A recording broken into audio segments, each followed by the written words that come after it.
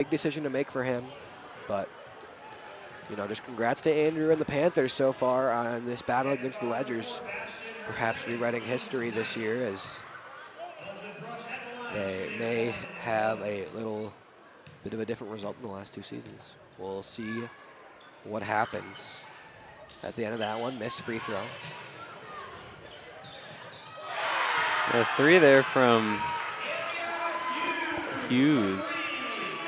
And that studio at the band center is packed. I'm seeing photos now, and I can tell you why that the student section over here isn't as big. The band center is bumping right now. I know it was a sold-out crowd of all of 800 people, but still, sold-out crowd says something. Final shot of the game is going to be a miss, and your Panthers will head to the regional final.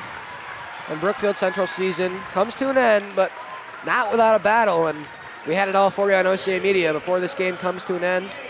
All right, we'll see if I can read this a little better this time.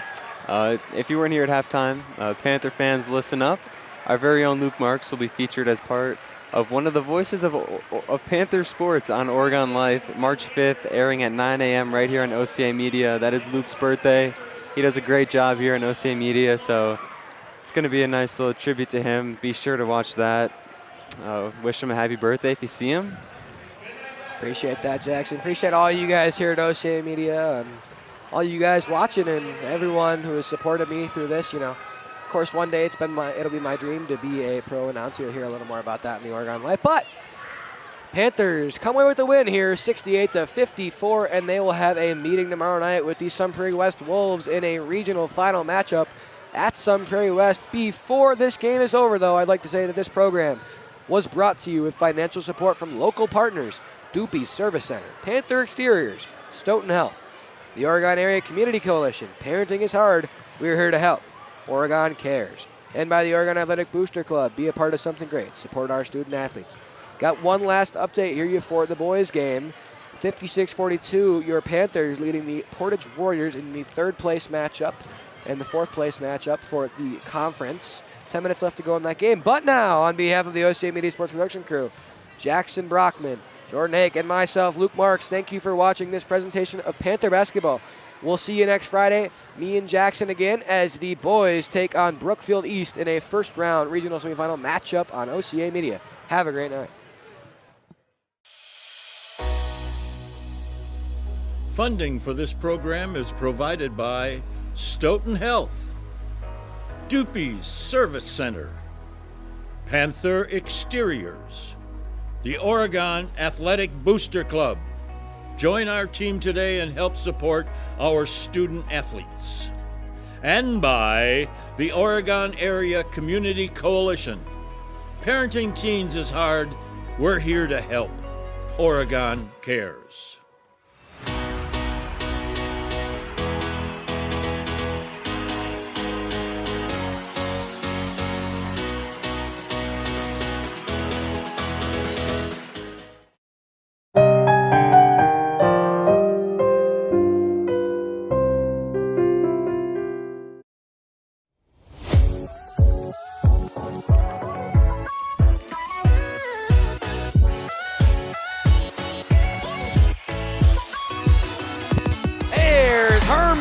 Fired up after the make. Miles, the fall away is good. Tough make.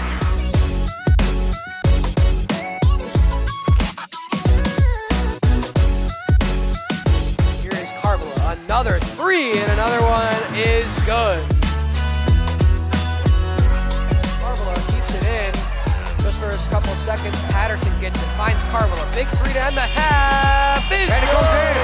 That is a big 3. Big 3 for Vaughn, and the rim finally helps out the Panthers there. Right away.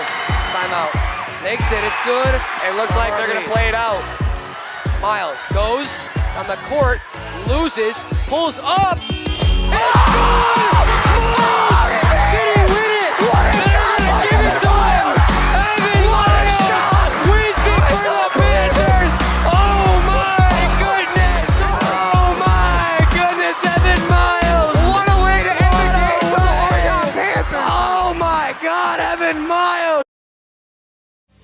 watching OCA Media. You're watching OCA Media. You're watching OCA.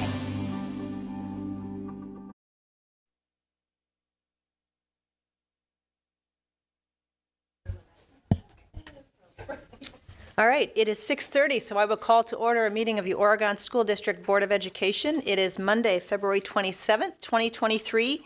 We are at the OSD Innovation Center at Oregon High School. Katie, could you please call the roll? Ms. Bijak? Here. Ms. Garrison? Yes. Dr. Lakuta? Here. Mr. LeBrun? Here. Mr. Pankratz? Present. Ms. Wright? Here. Ms. Flanagan? Here, board does have a quorum. We do note that Ms. Garrison is on the phone this evening, so we will be doing everything by roll call vote tonight. I do have from Ms. Heitz that this meeting has been properly noticed, so we are good there. So I will take a motion to approve the agenda tonight. We do have 2 action items coming from policy. We are going over a preliminary review of the staffing plan, and then the board will be going into closed session, and we will not return to open session at the end of this meeting. So I will entertain that motion to approve the agenda. So moved. Is there a second? We have a motion and a second. Katie, could you please call the roll? Mr. Pankratz? Yes. Dr. Lakuta? Yes. Ms. Bijak? Yes. Ms. Garrison? Yes. Mr. LeBrun? Yes. Ms. Wright? Yes. Ms. Flanagan? Yes, motion carries 7-0. We have an agenda. Next on the agenda is the consent calendar. You do have a couple of resignations that were in the packet for you to review, and then we do have the following donations. $4,000 from the Oregon PTO, a donation to Prairie View Elementary, and then the following individuals made donations to OMS girls basketball for their field trip to the UW women's basketball game. Christy Bertelson, Megan Konopacki, Katie Schiffelbein, Megan and Dan Lasowski, Tom Alt, Katie Lee, Jill Crowley, Kristen Ticey, Kevin Gasner, Luke Youngren, Shelley Swenson, Paula Sinker, and Megan McGarry. So we thank all those individuals plus the PTO for their donations. Oh, sure.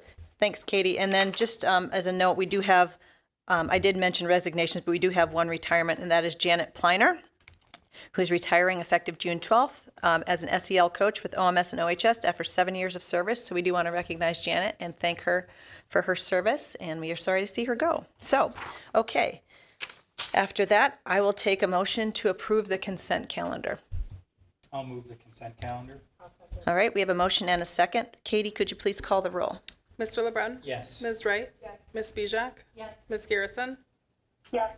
Dr. Lakuta? Yes. Mr. Pankratz? Yes. Ms. Flanagan? Yes, motion carries 7-0.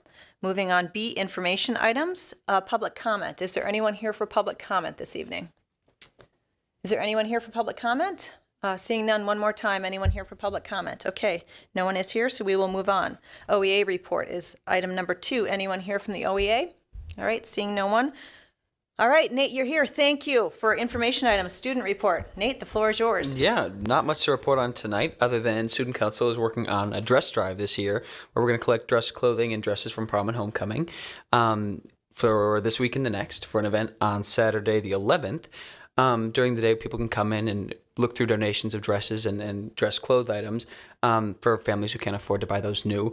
And seeing as most people wear those homecoming dresses once, then they get lost in the closet. Next is working on prom, of course. That's coming up really quickly. Everyone's working on reservations and everyone's talking about it. The school is still working on that, of course. And then the spring fling coming up even faster, March 18th, another dance. There was a meeting today for prom to discuss music and details. And then spring fling will be announced soon by Danny Paulus. And that's about it. What's the date for prom this year? May 18th, I believe, but I'd have to double check on that. Okay. Coming up quick. All right. Thank you, Nate. Moving on to C, action items. First is Policy 722, Animals in School. Heather, I will turn it over to you to turn it over to Gina. Sure, I can make this really short. Action item number 1 is on Policy 722, Animals in School, and I'll turn it over to Gina for discussion on that. Hey, thank you. This is a recommendation from Policy Committee, so we are looking to the board to approve the policy tonight. We have had a lot of discussion about this policy in our meetings. It's been on the agenda at least twice, and I've received individual feedback from board members, so I greatly appreciate that. So in terms of the policy, we are looking to address, I would say, 3 categories of animals in our schools. And we've had administrative guidelines for at least the 10 years that I've been here and felt that it was time to have an official policy because the law is ever changing in this area. So there are 3 areas we're looking to address. One, and you'll see the definitions in the policy. So one is just general animals in our schools. We know that animals have great educational and supportive value for our students. And we also know that we have people that have extreme physical or emotional reactions to animals. So we're trying to balance both of those needs in this policy. So we are asking if teachers want or school staff want to have animals in our school as part of the curriculum, that they go through the procedures in this policy to do so that we can ensure that it is linked to the curriculum and we are taking those appropriate precautions so that anyone who is allergic or has another reaction to animal, that we know that, and we can prepare alternate activities or maybe have the teacher or the school do something different. So we're covering that in the policy.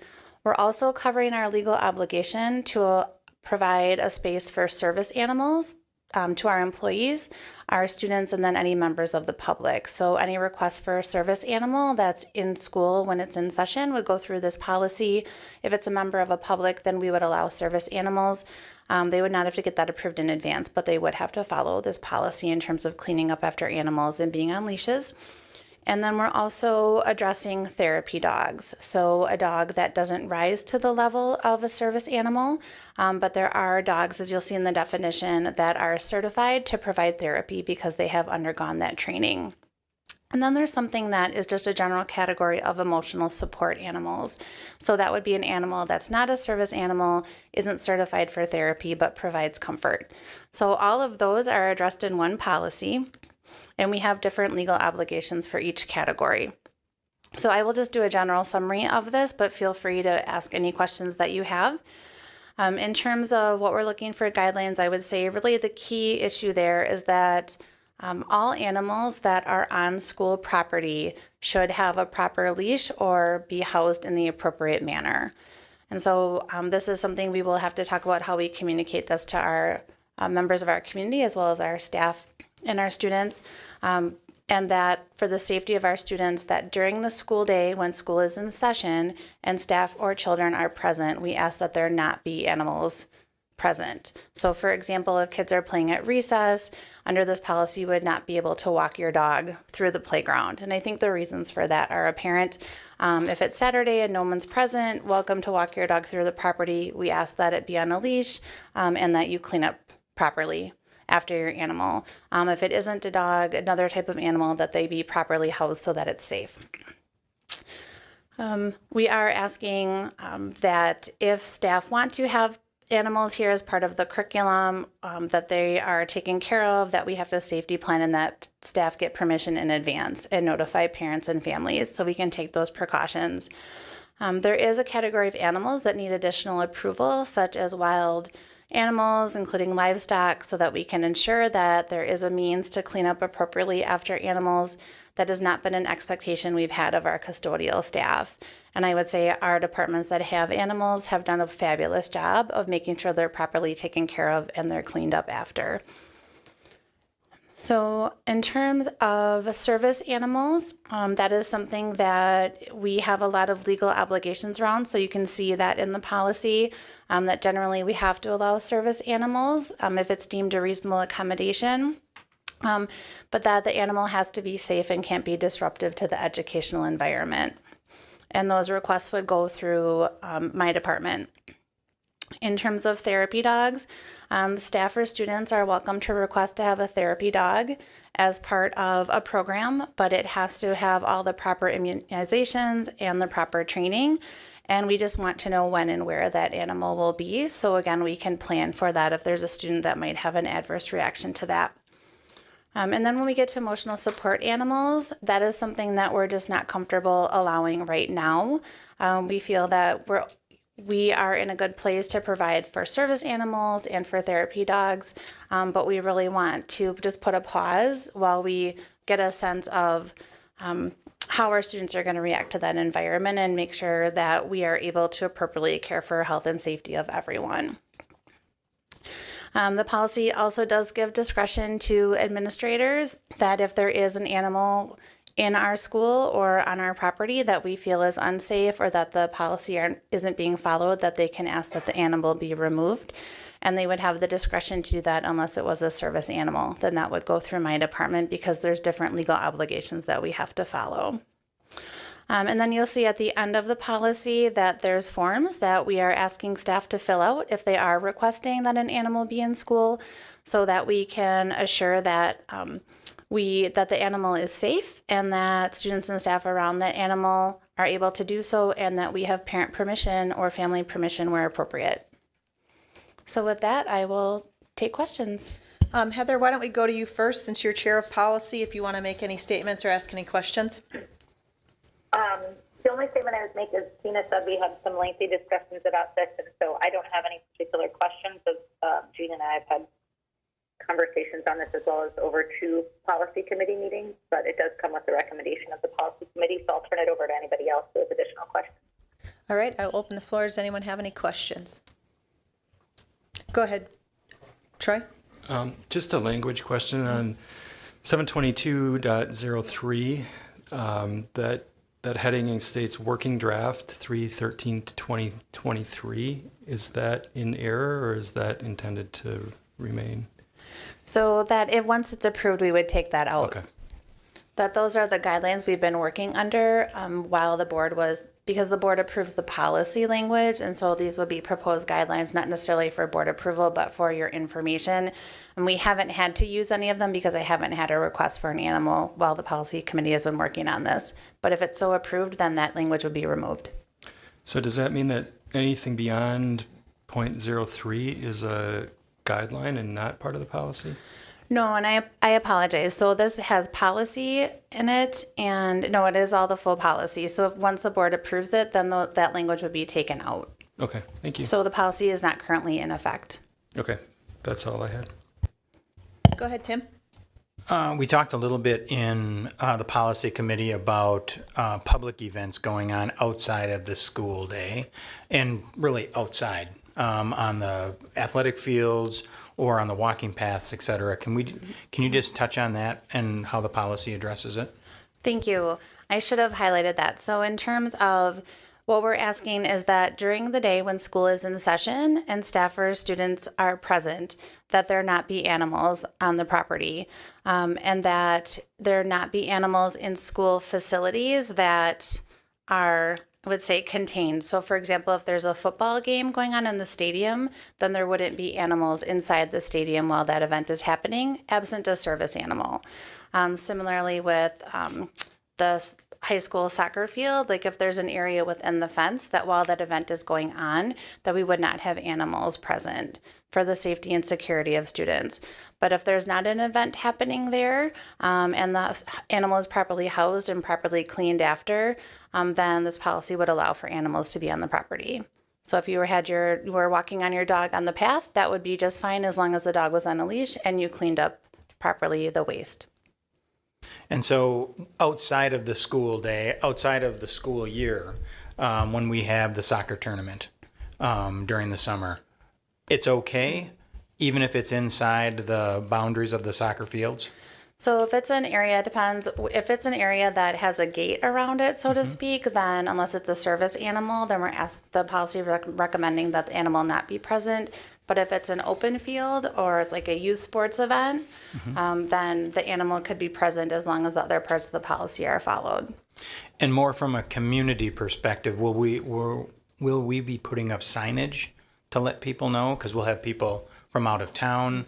I'm thinking again of the soccer tournament. Sure. Will there be signage, or is that just something that we will forward along to whoever organizes those events, and they will provide guidance around the policy if people are going to attend? We think signage would be very helpful. Okay. So we just have to have the time to order that once the policy is approved. Okay, thank you.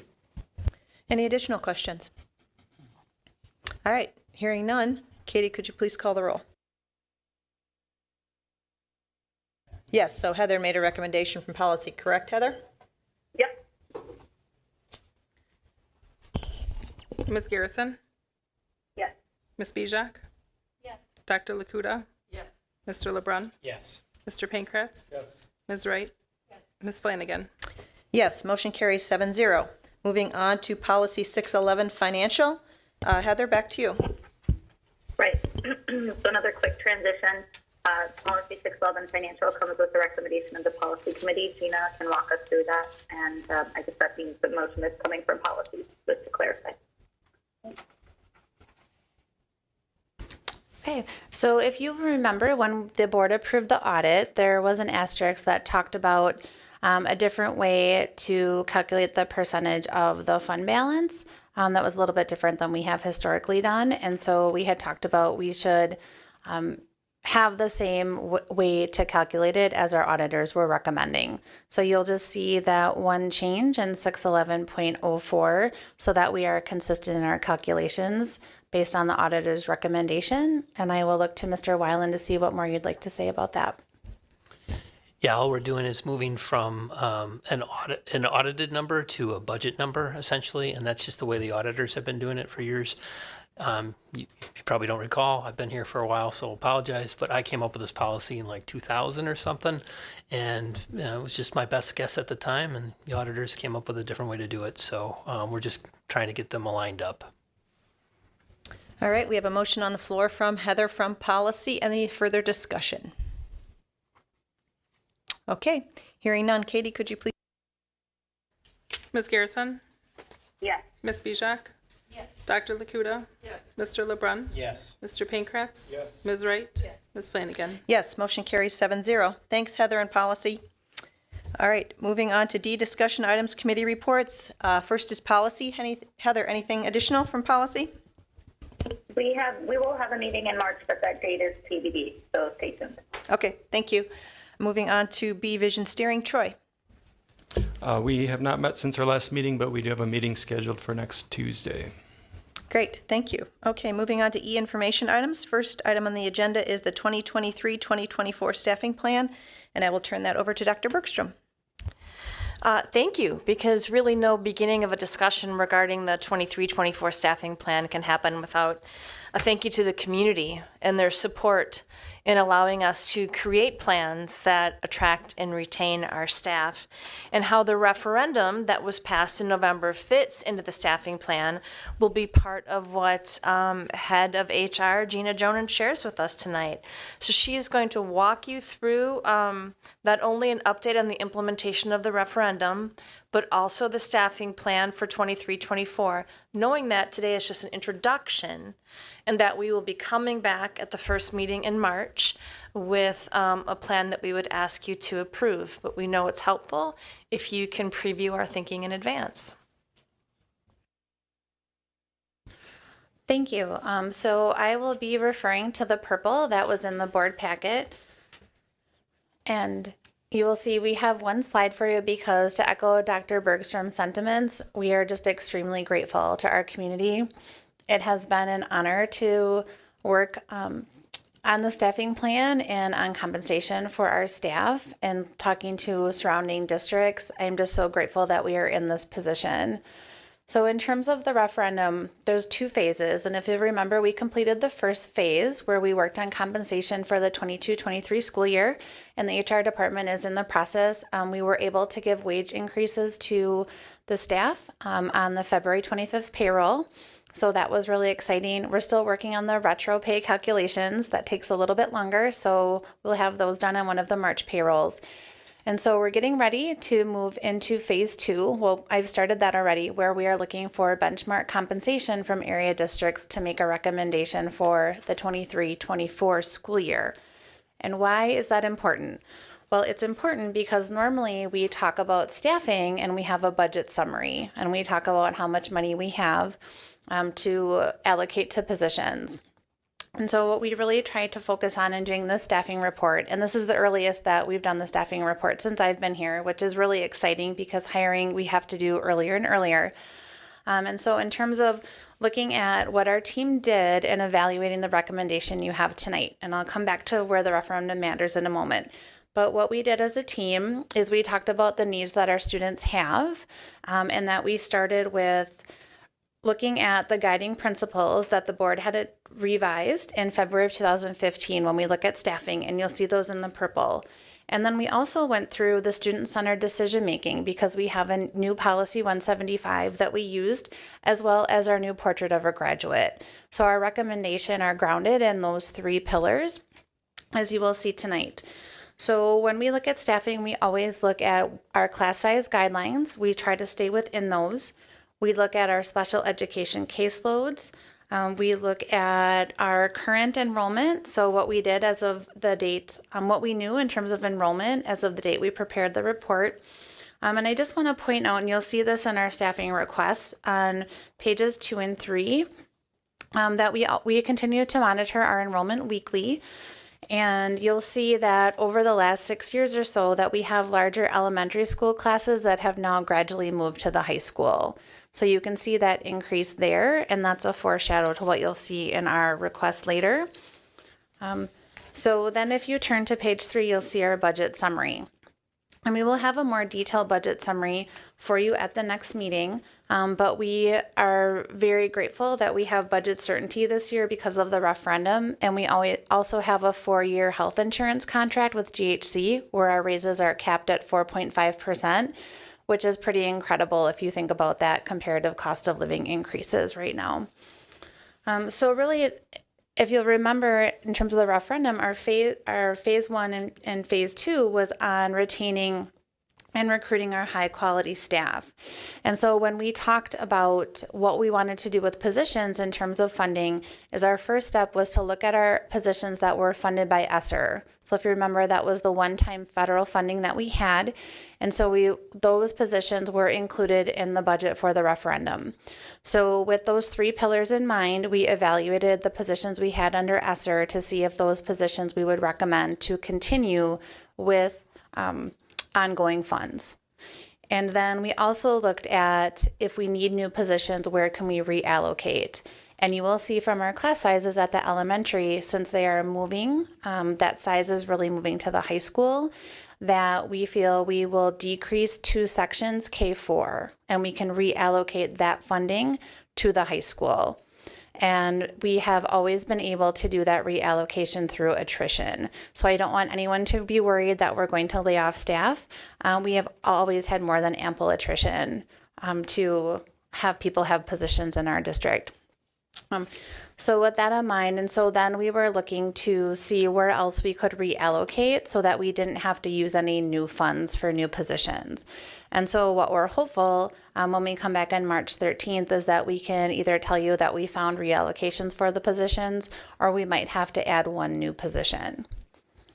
So in terms of the ESSER positions, you will see those in table 1, and those are the ones that we are recommending that we continue, or they're an add. And I'll talk about each one briefly and then take questions at the end. First we look at where are we legally required to provide support to students as one of our guiding principles. And one of those places is that if a student has an IEP, then we are obligated to meet the needs of that student. So we have a special education position at the high school that we added under ESSER, and we are recommending, if you look at the caseloads at the high school, that position is a position that we need to continue in the near future. Looking at class sizes, we added a teacher in math at the middle school because otherwise we would have had classes in the 30s for math. And we also we have to differentiate for our math. Students have different needs in our different places in their math journey. And so we've added different classes so that students can be in the math class that's the right place for them.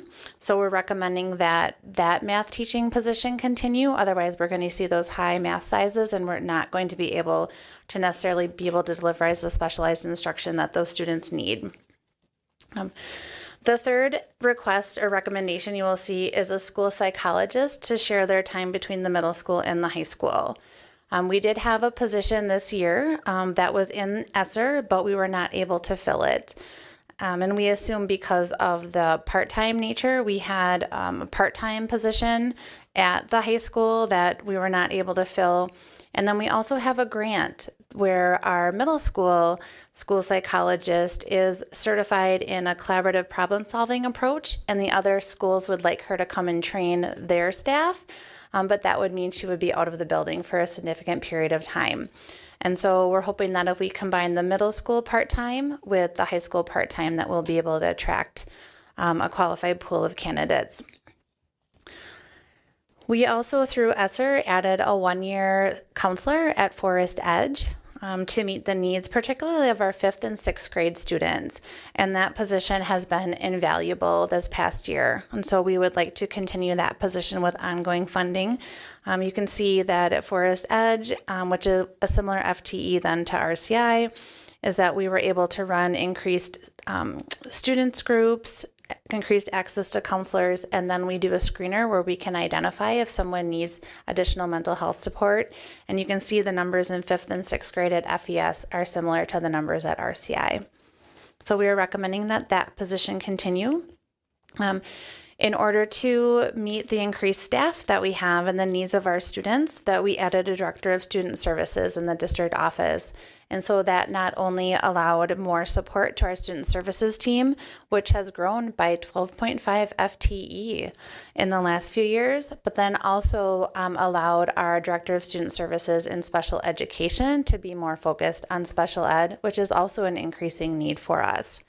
So recommending that that continue. Also recommending that math intervention be continued at a 2.5 FTE. And so this was a pretty exciting part of our data meetings in looking at, has our intervention made a difference? Are we able to increase the number of students that are meeting benchmarks? And so the data was pretty exciting when we looked at it. And in terms of not only being able to service students' needs in math, but also to implement what we call a push-in model. So rather than taking students out of the classroom and working one-on-one with them, that the math interventionist was able to go into the classroom. So not only is the student get to stay in their class with their peers, but they have somebody working with the teacher and being able to service more students in that classroom, right? Which also increases the student's self-efficacy about how they feel about themselves as a mathematician. And so we're finding that that model has been very successful. And the FTE you'll see in front of you is where we feel we have the needs at each building based on the data that we have. You will see at Forest that Netherwood is not looking to increase allocation based on their data. And Forest Edge has a 0.5 that is constant to Forest Edge, but then we also have a 0.5 FTE that's a float that we assign based on the student's needs. And so that position will stay at Forest Edge, but we will evaluate that every year so that we have flexibility so we can assign staff to where the most needs are. And then our last ESSER position that we're recommending that be maintained is the academic engagement specialist at the high school. If you remember, the vision of that position was to help kids or help students stay on track for graduation that maybe had more needs, particularly after coming on the virtual environment. And that position, the high school has really revamped that program, restructured that, and they're seeing huge academic success for the students that they're servicing. And to give you an example, they're servicing 70 ninth grade students on a regular basis and almost 40 sophomores. So recommending that those ESSER positions continue. Then if you look at table 2, these are new positions that we don't currently have. So we don't have them, they're not one-time funding, but we are looking to add them as part of reallocation. So we are looking to add a special education teacher at Forest Edge. We have had a number of new referrals from the beginning of the year. So we have at least 10 new students that need special education programming, which is quite a bit. And the other unique part of Forest Edge, if you are a case manager there, is that we have 7 different grades for the case managers. And so feel that we can really better meet student needs by adding a 4th case manager. Then you will see we are recommending an emergent bilingual teacher for the high school. We had a paraprofessional position in ESSER that was funded, but in looking at our numbers of Heritage Spanish or emergent bilingual students, that has greatly increased. And so we feel that we can reallocate the para position and use some of the other reallocation to have a teacher so that we can better meet our students' needs. Then in math, because we added math at the middle school, you'll see a pattern that we just have increased class sizes in math.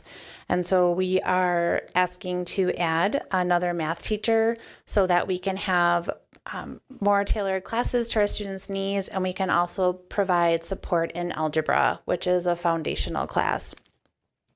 We also have a high number of students that are wanting increased higher level math classes, which is great. Statistics, pre-calculus, calculus, AP classes. So we feel we need to add another staff member to meet those needs. As well as in science. We have an increased number of students who are looking to take our science classes, and there are some caps that we have. We have, for safety reasons, we only have so many stations for our labs. So if students, and that's capped at 24, so then that leaves to less flexibility for other things that the students want to take. And then our final position that we're looking at recommending, and this may need new funding, is a social studies teacher to meet the new personal finance requirement. We are looking to see if we can do that with our business education teachers, but just wanted to bring that to the table today, that if we're not able to do that, we may need to add a social studies teacher who is licensed in economics. All right, before I entertain questions from the group, I'll turn it over to Dr. Bergstrom. Do you have any other thoughts that you'd like to make associated with the staffing recommendation? I just want to highlight the fact that with each of these positions, you see there is some data to support it, and that we had some very in-depth conversations examining each one of these pieces, whether it's ESSER or the addition of a new position, in order to make sure that we were putting our resources where our students need the resource. And it did require some good discussion related to potential reallocation of math intervention FTE to wherever the needs may be. And as Gina mentioned, the emergent bilingual teacher could in part be funded by an ESSER position that was a paraprofessional. So we're trying to ensure that everything we're asking the board to consider is based in data and has been examined from multiple angles, and we are repurposing allocation when it meets the needs of the students. All right, so what I will do is we'll go around the horn and start with people who can ask questions. Again, this is our first look at this, so we'll have another, we'll provide some questions and feedback, and then we'll get it again at the first meeting in March. So who would like to start? Go ahead, Leslie. I have a couple of questions. First of all, I'm really excited that science is, that our kids are really excited about the science. That's really cool. So I think that's amazing. But I do have a question on the math. I understand that we're getting larger class sizes. Is that because we have overall larger class sizes at the high school level? Is that the thought process behind it? Because I was trying to figure out, because those are consistent classes we've had throughout, right? We haven't been overly large in our classes prior to this. So great question. So if you look back at table 4, which is at the end of page 3, you'll see that right now we have 1,263 students at the high school, right? And so you can see back to 2016-17, we had 1,117 students. So you can see how that class size has grown over the last 6 or 7 years. Okay, so that's part. I know it's cut off. I know. That was not good planning on my part. Just testing your flexibility. So that's part of it. But then also when you think about math, and not all math classes are the same, right? So you can't just take, okay, I have X number of students divide by 25 because that's my average class size, and then those will be my 10 math classes, right? because a student might say, okay, I took algebra in middle school, and so now I want algebra 2, or now I want statistics, right? Or now I want a blended math of algebra 1 and 2. So it's exciting because students have more choice, and we're also meeting their needs, like we're meeting them where they are. And so, but that takes more staff to do so. It does. And then when, for the social studies FTE that we requested you guys move up to 2025, when do we find out, or how will we find out about the business ed teacher possibility as opposed to a personal finance or economics teacher? So that would be in the final staffing. That'll be at the March 13th board meeting. So between now and then, we both have assignments. So Andy and I and Leslie need to really dig into our budget and see about our reallocations and where we can make that work. And then the high school team is looking at, can we do it with the current staff we have based on the student requests that we have, because a schedule is a big puzzle. And so can we make it work with current staff, or do we need to add another teacher in order to meet all of the students' requests and our requirements? So I did not want to leave that out tonight because I wanted the board to have time to think about it. So you'll have to stay tuned for our final recommendation. But we always try to make things work within the staff and the resources that we have. Okay. And then this one, I don't know who to direct this to. Are there other things, that you're looking at reallocating places that, the board might want to know about that maybe might not be in here at this point? So we know we're going to reallocate 2 K4 sections. We have another section that's on a watch list that'll really be based on student enrollment. And so that is something that we just continue to watch through June.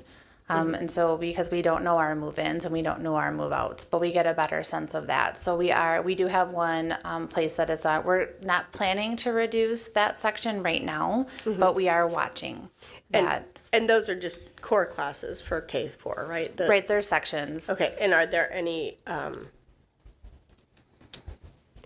rotations classes or, classes like band or anything else like that you'd be looking at?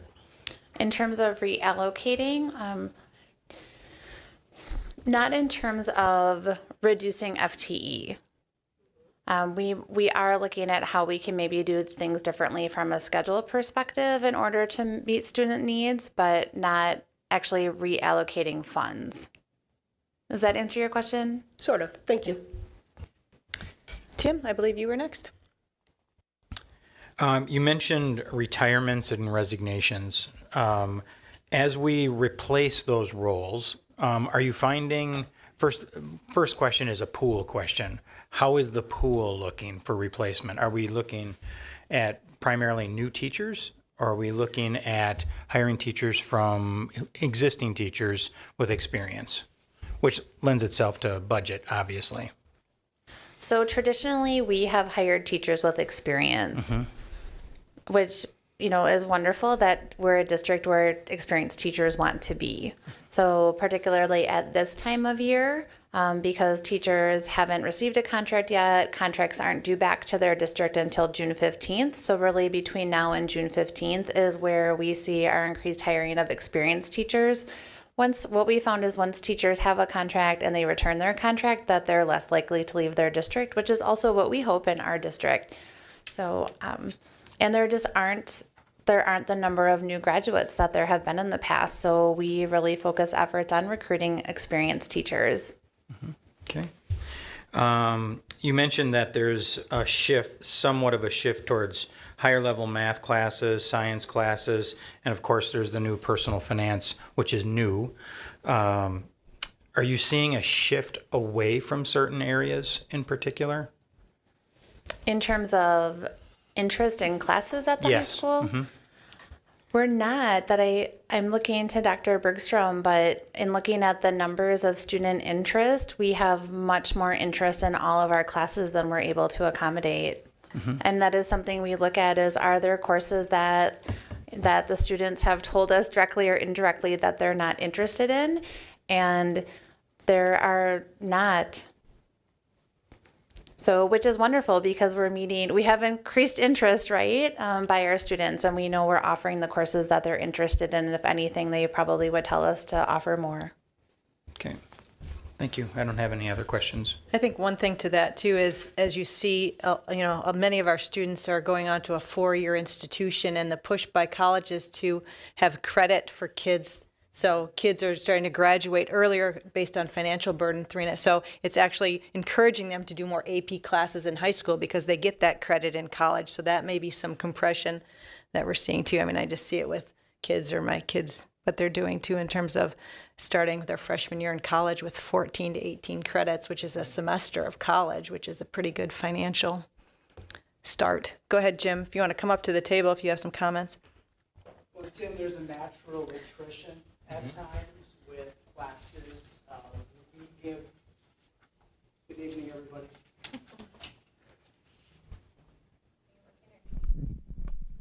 Testing. Amen. Thank you. So there is a natural attrition through our course selection process. As our numbers grow at the high school, we just simply have more requests that come down the pike, and classes that are under requested very often just don't run. You had talked about math. In general in our departments, what we have been able to, we're hitting stretch points, and those stretch points force us to make decisions. Either more and more teachers teach 6 and pick up multiple preps, which then reduces the number of supervisions that we have available. We also then run, in math in particular, we really are having a difficult time building a matrix that allows for the algebra support class, which is a double scoop, which allows kids to access high expectations with high support who are struggling and need that. And we ended up at semester, we built our matrix last year. We get to know our kids over the first semester, and the math department, to their credit, came to us and said, we have to make a change. We simply have a group of freshmen that need more support. And so we collapsed a section of Algebra 2. A teacher took on a 6th assignment, and we were able to build 2 mid-year algebra support classes. But those are decisions that get more difficult to make as things fill. So Jim, on the other end of the spectrum, are you seeing more of a demand outside of our traditional classes where students are going someplace else for those courses? Are you? Either UW or Madison College. We've got, there's I'd say a steady uptick, but it hasn't blown the roof off. There are some, I think we've been able to have some dual credit opportunities in-house. We're talking, Dr. Bergstrom and I, about partnering with Edgewood College potentially to do that on a broader scale in the future. But we do have students that sometimes have to make a decision about that college course, the hole that it creates in their day, and then the transportation challenges. But we have more kids that access it. It's just been steady growth. Thank you. Jim, since you're here, before I move on to somebody, I think it'd be helpful for you two to address, and I see it with academic engagement specialists, math, how critical that you have all identified with data the freshman year and the sophomore years to get kids on the right foot and make sure we're attuning to kids in the academic middle or kids that are struggling with AVID, Academic Resource Center. I think it's important that people hear that. Well, that critical transition to high school, that freshman year, is huge. And we have been working, with the University of Chicago Consortium of School Research has indicators that really that identify really critical windows for students to develop successfully and to become more independent learners. And so we have targeted, we've kind of collapsed what interventions that we have and really focused hard on that ninth grade in particular, and then 10th graders who continue to need a level of support in order to remain successful. When we look at our alternatives are really geared, our alternative pathways to graduation. We try to gear towards juniors and seniors that are really credit deficient. Freshman and sophomore year, we want to keep as many kids in the groove as possible. And, the demand, the rigor, the number of teachers that you touch just grows in the high school environment. And socially and intellectually, kids are developing. And so it's really important to have some people that understand how to teach those those self-regulation skills, that we've got kids that are developing executive functioning skills, and that academic success center with our two staff complement each other so well. We have progress monitoring tools for each student that accesses it.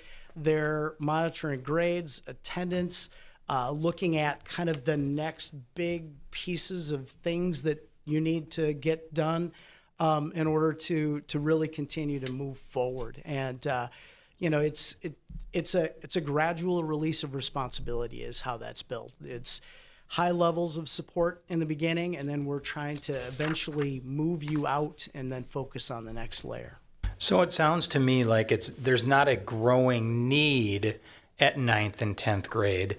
It's just a new strategy of catching that earlier to make the 11th and 12th grade an easier transition.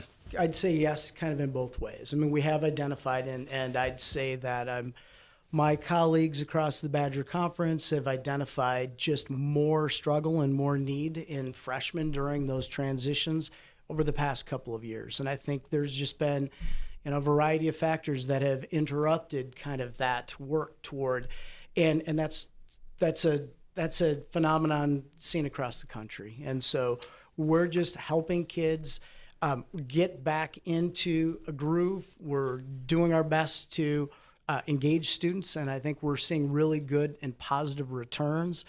The data in our freshman class, which is a big group that have demonstrated some struggles over the course of time, really are settling in, and their academic profile is looking really positive through that first semester. So do you think that we're seeing a little bit more of a academic stumble coming out of the pandemic, particularly in math, that is drawing more attention than it has in the past? I think it would be big news if I could tell you we weren't, Yeah. I mean, I think that's just really across the country. Schools are meeting kids where they're at and keeping them in that zone of stretch. And it's really, really critical to create spaces for our staff to know students. And, as we drive up class sizes, especially in those freshman classes, it just really, it creates struggles for you to be able to engage kids at that point. And so I think that when we put our Success Center together and we aligned it, and it really in many ways has exceeded our expectations in terms of the impact that I think we're feeling. All right. Go ahead, Troy. Still up. Jim, could you talk a little bit more about the personal finance and the complexities that go along with adding that? Because I see we're potentially asking for another position. So on the surface, I think it would seem that since we're adding another required class, that there would be the ability to, there's only so many hours in a day, there's only so many classes kids can take. So if we're now requiring personal finance, that there would be less demand for another class. That's on the surface, but I know it's a lot more complex than that. So can you talk more about that? It's really complex, especially since most people who work in school settings expect to be employed at a full-time status. And I think it's really reasonable, and our staff work their tails off all day long. And fortunately we're growing. And so, that addition of a required elective that might keep our numbers in check in certain departments. Right now, I wouldn't say that, I'm concerned about not having enough rear ends and seats in different departments, and that this is going to negatively impact people's employment at our building. We're growing, so I don't have that concern. We definitely are looking at it. It can have unintended consequences, and I think when we're looking at students that want to go take a college class, or students that are, double up music kids, or kids that have a pile of APs, it can reduce the availability of classes on their schedule. The other things that the high school can do when we hit this stretch point and where our classes are filling is we can tell people nobody has a full schedule anymore. That Teachers teach 6, and we don't have enough seats to allow people to have full schedules. And then that further impacts, personal finance requirement, kind of reduces the amount of things that you can fit in your day somewhat. It's super important, and we're gonna get it done, and it's gonna be, I think, a really valuable experience for our kids. When we look at right now, our weather-related closures has backed up some of our scheduling a little bit, believe it or not, because it always lands on a day when we're going over to OMS to collect sheets, and we're about 93% of our requests are in the system. So what we have on paper is only going to creep up. And so a class like personal finance, we don't want to run chock full. I want to run that a little bit loose, because anytime a junior wants to drop a class or somebody moves in, that's an ideal place to put them into a seat. I think our juniors have somewhat under-requested it this year. So I believe a year from now, we're going to really need to blow that up to make certain that everybody in the class of 2025 gets it. And then when we're fully deployed based on our numbers, I think it'll be about 12 to 13 sections a year is what that'll cost us. So, Jim, when you mentioned that we would not allow full schedules, are you talking about students that we would not allow them to take 8 classes? What I'm saying is that, we realize the high school is represented in this report quite a bit, and we see that as both bodies that are in our building now and the ones that are coming. Some of the biggest classes are still coming from the middle school. And, that requires me either to grow the staff in order to continue to provide the broad array of things that our kids engage in, or we've got to be creative. And if I can't get to that, the creativity comes with, we limit the amount of things that kids can fit on a schedule. We have teachers teach more classes. That reduces the number of supervisions I have, and then grows things like study halls. And then my study hall in the Commons feels, packed. And so, but that, we're ready to go with whatever, But you haven't gone there yet. We haven't gone there yet. Yep, agreed. Okay, thank you. That's all I have. Anything else, Troy? Mary? Thank you. Yeah, I do have some questions. I don't know whether who will want to answer them. The first question actually is in table 1 on the special ed teacher. It says that we've had increased referrals for special ed at OHS specifically. And I'm wondering, are these existing students from the district, or are they new? So we've had both. We've had students who move in where either we're trying to meet their needs from their IEP at their previous school, or they move in and we identify that they have needs. And so we're doing evaluations, and then we're also having referrals by families or by staff of students that don't currently have programming that have been our students and now need programming, particularly if perhaps the student had a 504 plan, and that's where we started, and then felt that they needed increased support and needed an IEP. So we have had increased referrals in all of our buildings, but particularly at the high school and at Forest Edge. So this is a position that you're recommending that it be continued, and I see we are increasing from 137 to 157. Is 1 FTE sufficient to handle that load? It is. I think that staff and may have a different perspective sometimes because it isn't always a 1-to-1 ratio, right? But yes, if we felt that we needed to have more, we would have a recommendation for more. Okay. But we have that position this year, and so we're looking to continue it. Okay. The other question, so my recollection was that at some not too distant board meeting, Mr. Tanner talked about once we get to a specific percentage of our student population of any one race or ethnic group, that we would need to implement specific, if memory serves, it was immersion teaching or something. So my question is, please remind me of what the requirements are. because I believe Mr. Tanner mentioned that we are getting close. And is this emergent bilingual teacher here at the high school to address that, or is that something else entirely? So Dr. Bergstrom can correct me. So my understanding is we're not at the level where we would have to do it from a legal standpoint, but at the point where we are recommending that we do it because we know that we have increased needs from our students, and this would be a way to meet them. We have bilingual classes, bilingual programming, which would be triggered by a group of 20 or more at the high school, and this isn't related to that. Okay. This really is ESL teacher. So what we have is we've had just a lot of growth in our ESL program, and specifically students that are really at the newcomer stage, which is WIDA level 1. And that means that we've got one teacher currently who is working extremely hard to provide both support in the academic environment and academic English acquisition. And we're just really at a stretch point where absolutely that is a critical need for us right now.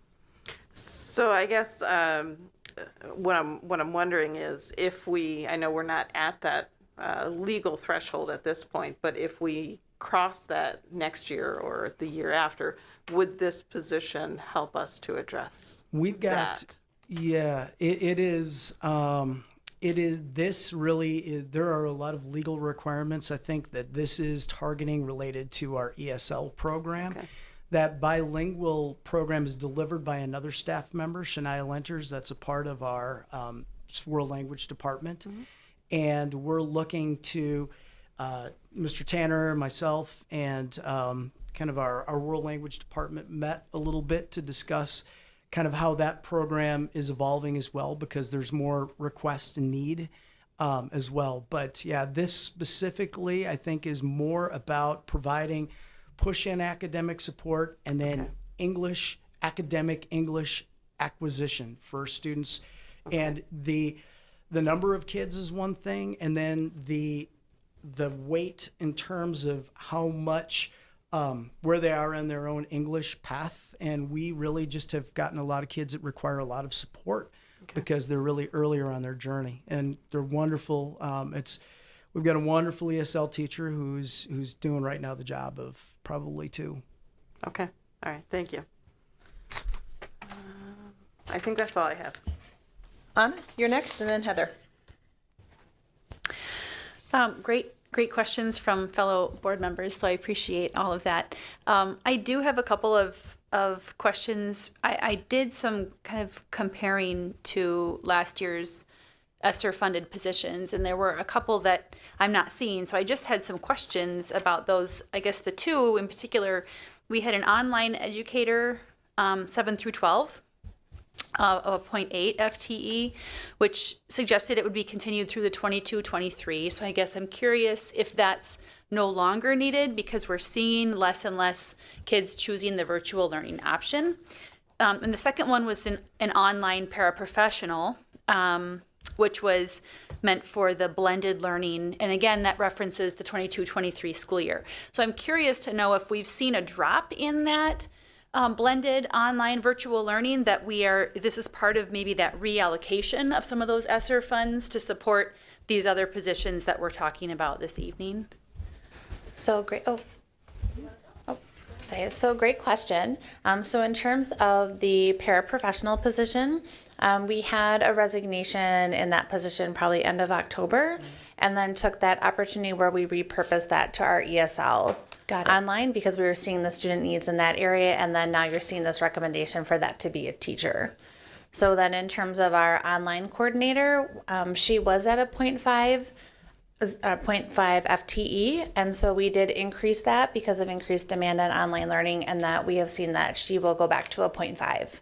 Okay. So we don't need that additional allocation. Okay. And then the other one that I noticed was, maybe I'm just missing it, but there was a program support coordinator at OMS.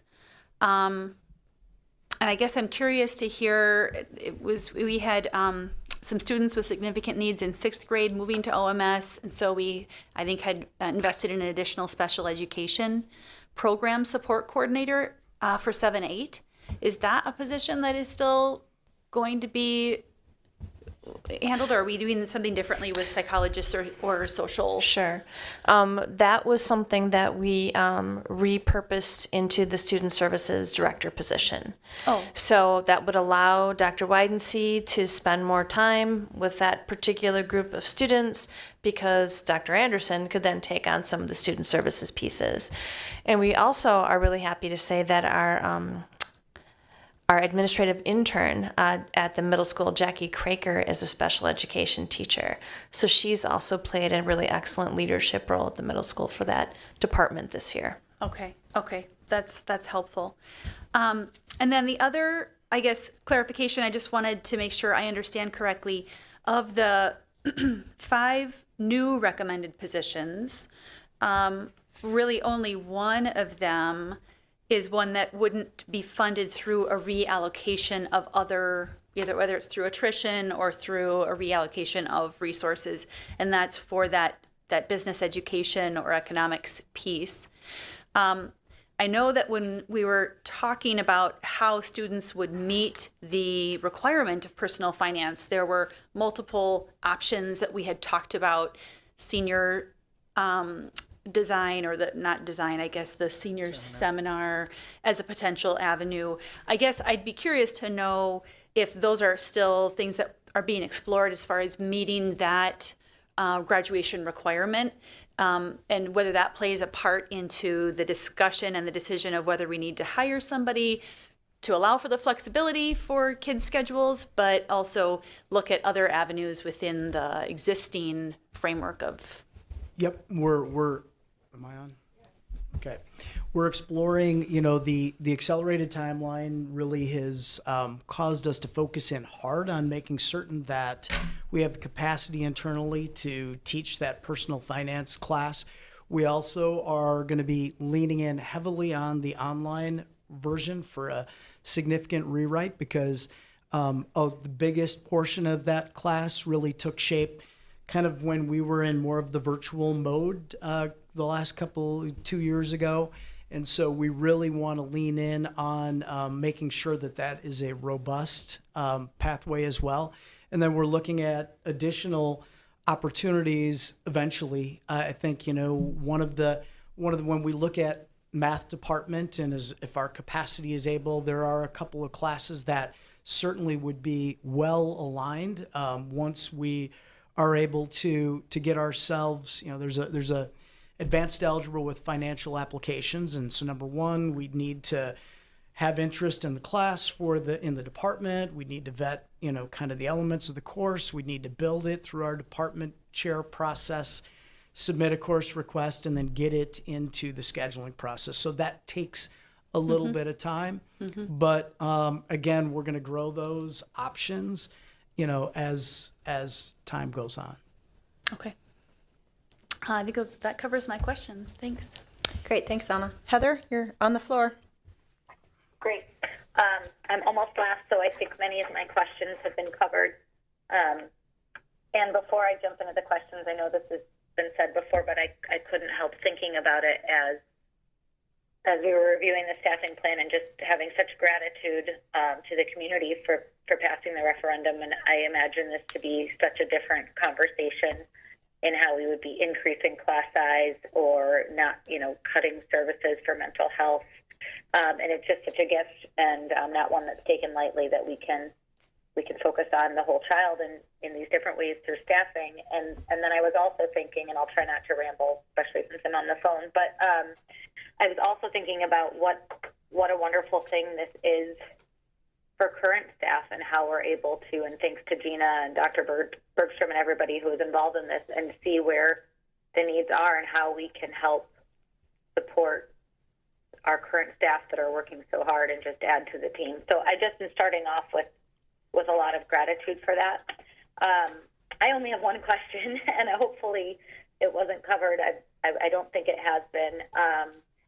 And I will preface this question with, I don't have kids in high school, but I have looked at the the 84-page long, amazing class options that we provide for the kids. So no doubt there's an incredible breadth and depth in our educational offerings. But do we survey either other districts, or how are we externally gathering what offerings, might be beneficial to add and when that time is? Perhaps that's solved. I know we have the program, with the MAPC piece at UW, but I'm not sure that that's the mainstream fix. But what are we thinking about? How do we think about what's next? For example, and this isn't necessarily, I'm not advocating for this, but for example, in world language, German and Spanish, two very common languages, that's great. I don't see a Chinese in there. And obviously, as the world continues to evolve, that's, for example, something that, maybe down the road be considered. And so just a question in general, not necessarily to Chinese, but how do we look at that, and how do we know when that's a possibility to add?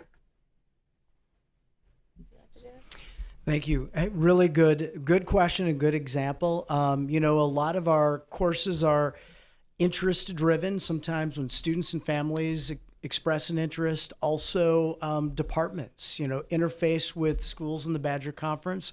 We've got department chairs, have contacts of everybody across the conference. And we are, in the past, we had always had an opportunity once a year to bring departments together and share ideas. We have kind of pumped the brakes a touch the last year or two, but we've had conversations in our conference to restart that in the coming calendar year because it had such value.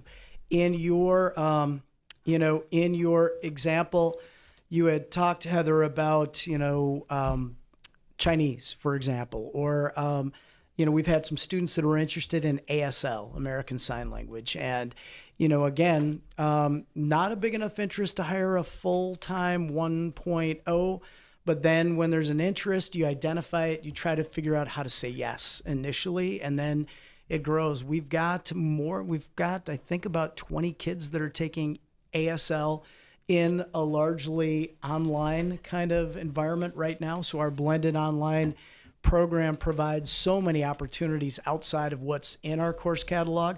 But as time goes on and you get some disruptive interest, then we then have to explore how do we do this on a larger scale.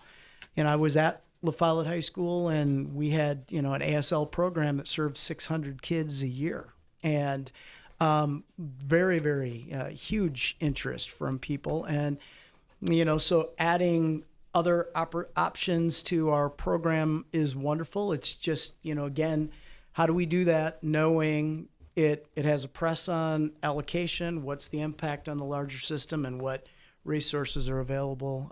If we add Mandarin, do we have the certified teachers available to deliver? So there's a lot that goes into that for sure. Got it. Thanks. That's all that I had, Krista and group. All right, thanks, Heather. I just have a couple questions. It's interesting as you look at these year over year, it kind of tends to be 1 year's literacy, 1 year's math. And so I see this being kind of a math year, right? But I guess as I look at Portrait of a Graduate, a lot of our emphasis on communication skills, critical thinking, data analysis, writing.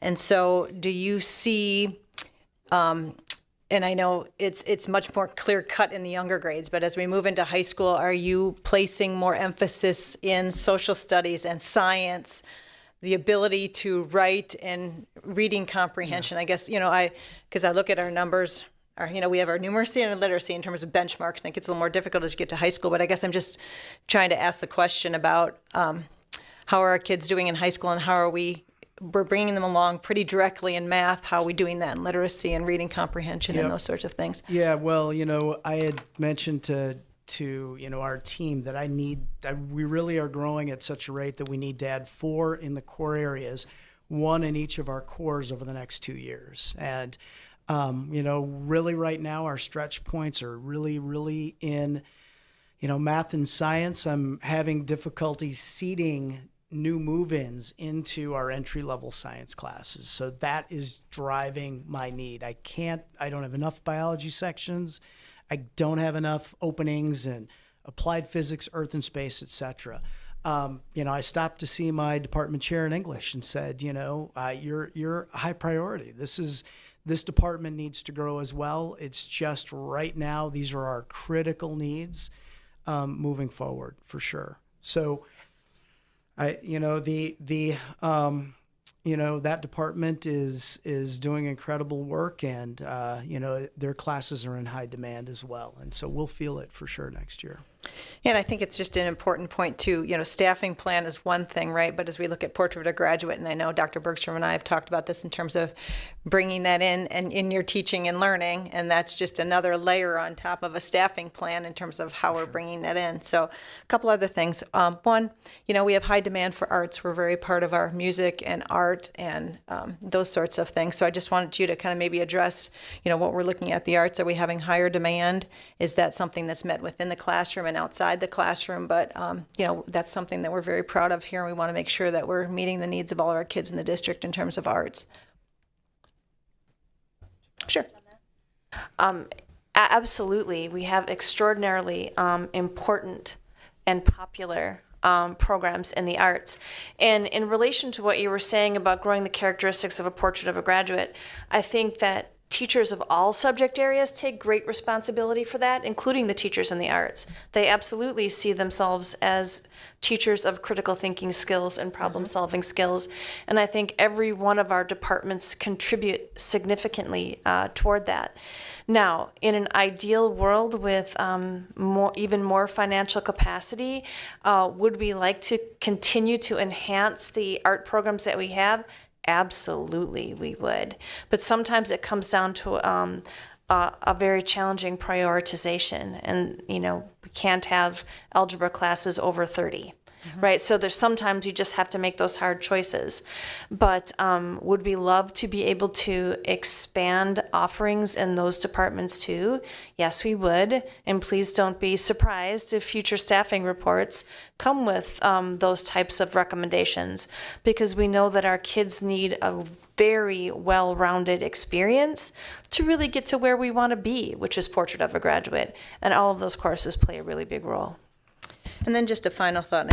I know people have probably seen the studies that have come out in terms of 1 in 3 girls are experiencing high anxiety, and not to mention other things that are going on in their lives, and does technology play a role or not? And so I think Portrait of a Graduate is really important as we look at some of those things. But as people know, I've always been a proponent, and I really love to see that we're keeping our school psychologist, our student service, our director of student services. Those are things that, while people may say they're not people that are in the classroom, they are just as important in terms of helping our kids be able to focus on learning. So I'm really proud that we are a district that really focuses on those positions, and it sounds like our students have those needs and they're growing, and we're helping our kids. So I'm really proud to say that we continue to do that. So thank you for making those ESSER positions fit into this staffing report this year. It's really good to see. All right, any other questions, comments from the board to staff in terms of this staffing report before we see it? And then we know that it will come with budget figures next time. Anything else you need from us at this point? I don't think so. All right. Moving on to visioning and strategic planning, teaching and learning update, and superintendent's report. Dr. Bergstrom.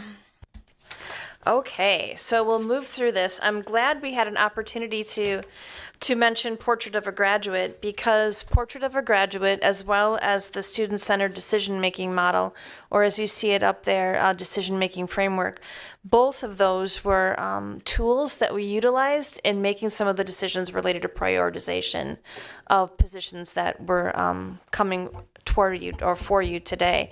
So that has become, in a pretty short order, just a standard operating procedure for how we view the decisions that need to be made and the priorities that we need to set within the district. And so I think that is definitely evidence of our visioning and strategic planning framework being put to excellent use.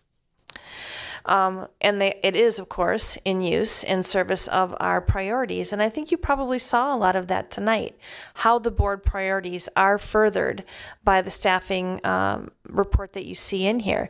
Advancing growth and readiness academically, physically, and emotionally.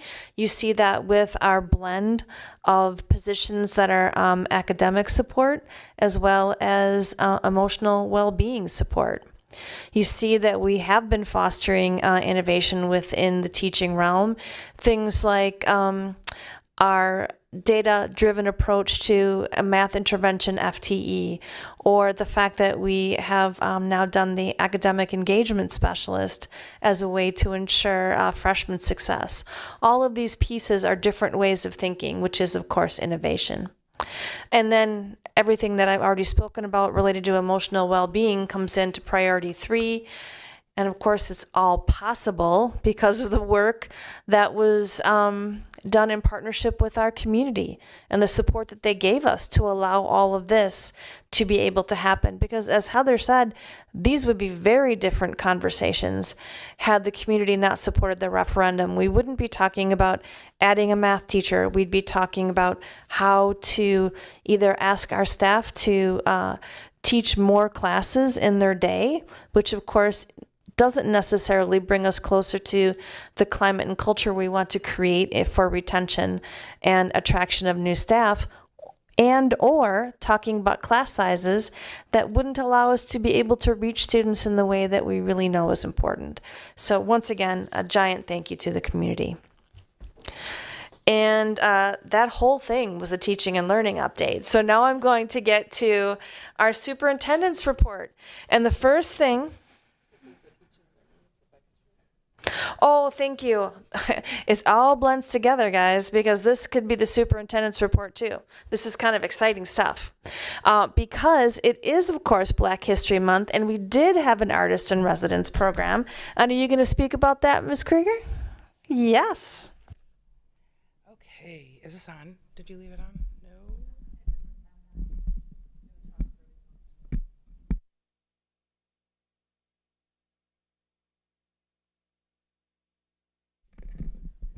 How about now? Okay, good. Okay, so I just want to take some time to share with you some of the highlights of some of the ways that we've celebrated Black History Month in the schools over the course of this month. And so I thought that since this is the last board meeting in February, it would be a great time to share with you and highlight some of those things. So the first thing is we have had an artist in residence, and this is Miss Desiree Mayo, who has been displaying her portraits of influential Black Americans, not only in the OHS art gallery downstairs, but in all the schools across the district. And she's been able to meet with students to teach kids about the artwork and about the events and influences that the people have made and why they're part of her artwork. One of the things that we've been doing with Desiree's artwork at the elementary schools is we have them on a rotating, they're rotating year by year through the schools so that the kids have a different opportunity to learn about different people each year. Okay, who's clicking? There you go. Okay, another thing that we've done this year, or that was done this year, was a Lift Every Voice and Read activity. This was done at Forest Edge. And what happened was the school invited both Black student leaders from OMS and OHS, and also Black community members to come in to read to students. They were given a curated list of books from the librarian that was selected just for the specific purpose of this event. And then they got to talk with students. They had 20-minute sessions that each of the leaders had the opportunity to share not only something about their own life and answer questions from the kids, but one of the books from the list. Yeah. I just want to add to that, in addition to what you described, the community leaders and our OHS and OMS leaders that came to FES were paired up with Black students in our school. So they got to have the pride of showing their school and guiding our guests around and show that pride and leadership from our young children. Thank you. Another thing that we've been doing this year is administrators all are wearing 2 buttons of influential Black leaders, civil rights activists. These buttons were created by Desiree Mayo also. And as I go through the schools this year, it's super fun to hear the announcements in the morning. The principals will be talking about who to watch for on my lanyard today or what to watch for. This is Miss Erdahl who posed for me today when I was taking pictures of her buttons. Some other things, just some really quick examples of things that we've done that I thought was really important to share because of how all-encompassing the activities are, is they did an activity at Brooklyn where the 4th grade students selected an influential Black leader and did a research project on that person, and then they were they put it into slides and they did recordings of the research that they found, and then the research the 4th graders then were able to present through recordings to all the classrooms. And in the mornings students would get on the announcements and say, you know, you're going to be learning about Aretha Franklin today, so get ready, and they'd give kind of a little teaser about that. Some schools are also doing classroom book exchanges where books that are curated for the purpose of Black History Month are rotated through classrooms so that all the kids get the same experiences to have those books read to them. We all of our elementary schools have created these universal slides for all students to learn about different influential Black leaders. A lot of the schools have even split them up so there's like a K2 set and then a 3-5 set or a 3-4 set depending on which school they're at. And then one other interesting approach to showing learning was done at Netherwood. They had Ms. Mayo come in to teach about all of the pieces of artwork in their library, and then the classrooms were challenged to a door decorating contest that will be that should feature one of the influential people that they learned about, and then they will be judged, and the winning class gets lunch with Mr. and Mrs. Mayo.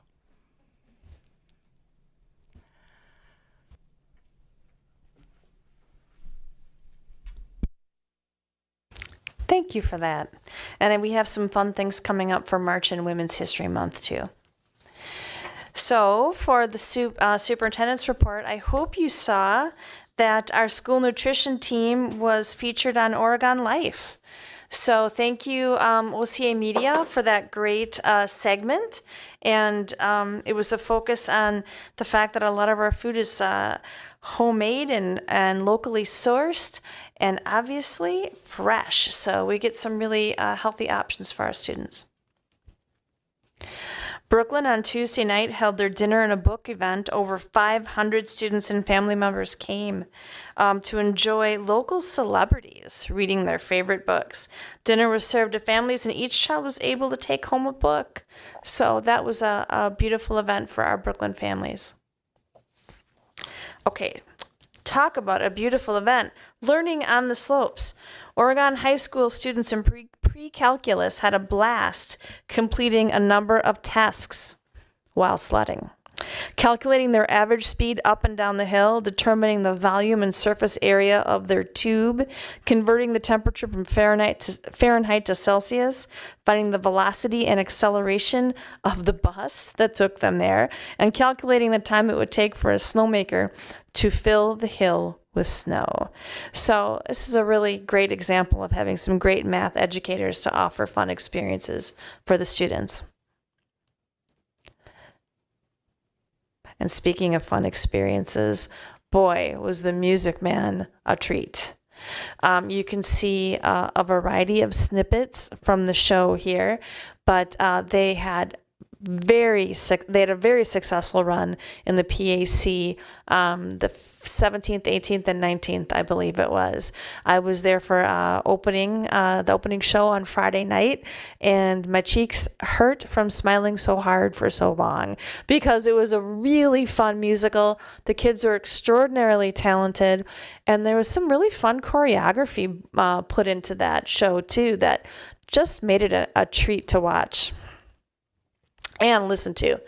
Great work by the students in the orchestra pit too.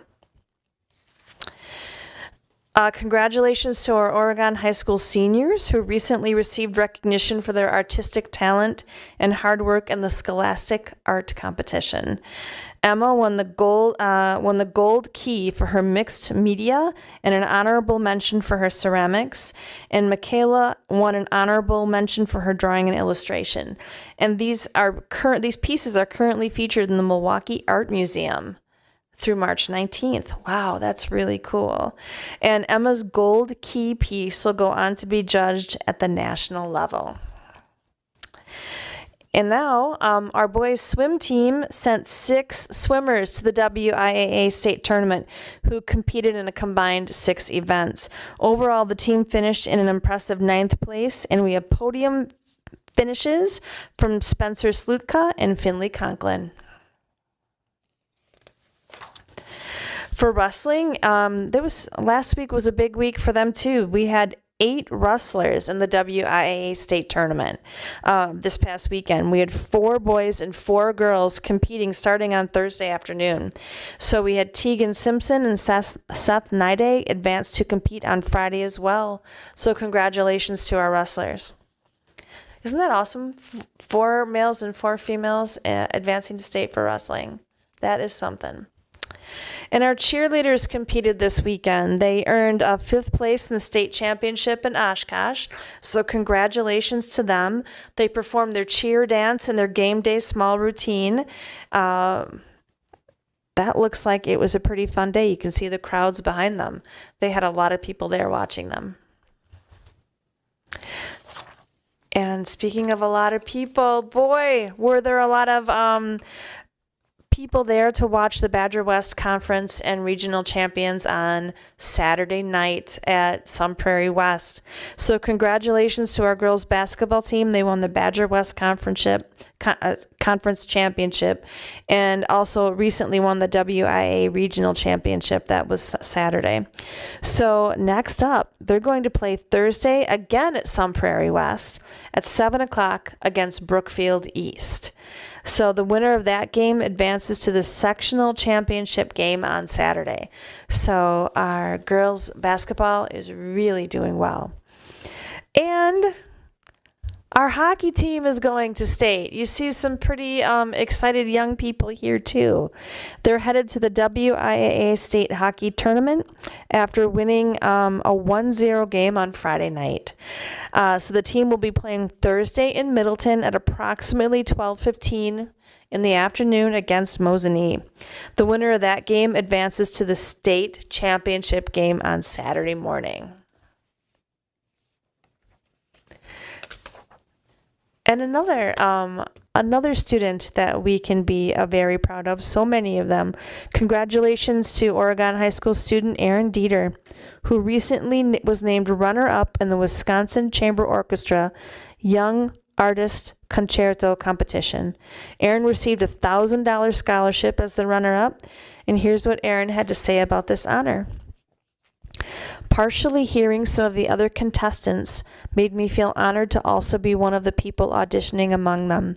I'm incredibly grateful to be receiving this scholarship because it will contribute significantly to my success in the future. All in all, the audition was a learning experience that just happened to come with a reward. And you also have Eric Seitler performing at Carnegie Hall. So congratulations to Oregon High School student and percussionist Alex Seitler, who performed at Carnegie Hall as part of the 2023 Honors Performance Series this month.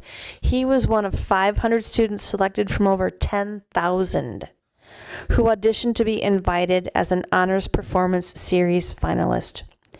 During this experience, Alex worked with master conductors and had the opportunity to perform with top student musicians from around the globe. We love hearing you play, and the OSD is very proud of you.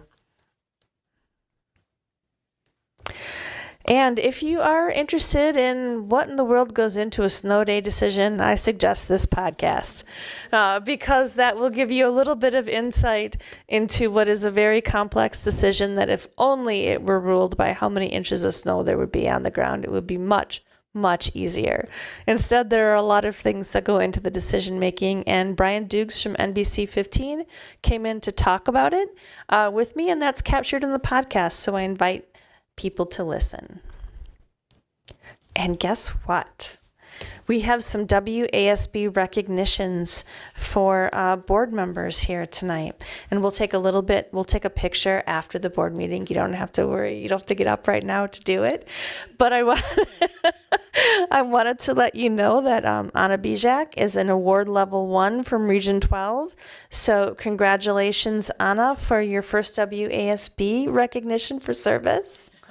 And Krista Flanagan, you are award level 2 for your years of service in the WASB. So we're grateful for both of you. Thank you very much for all you do for Oregon students and Oregon staff.